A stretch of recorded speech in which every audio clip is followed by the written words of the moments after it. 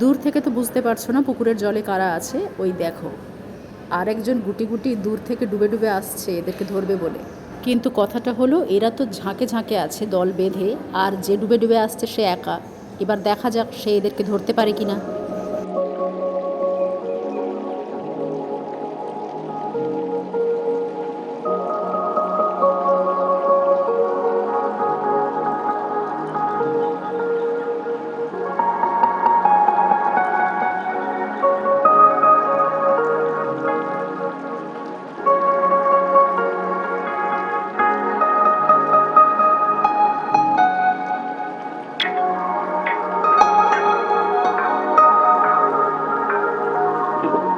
ওই দেখো, মাছেদেরকে দেখে মনে হয় পানকৌড়ি নিজেই ভয় পেয়ে গেছে, শুধু জলে ডুবছে আর উঠছে, মাছ আর ধরছে না।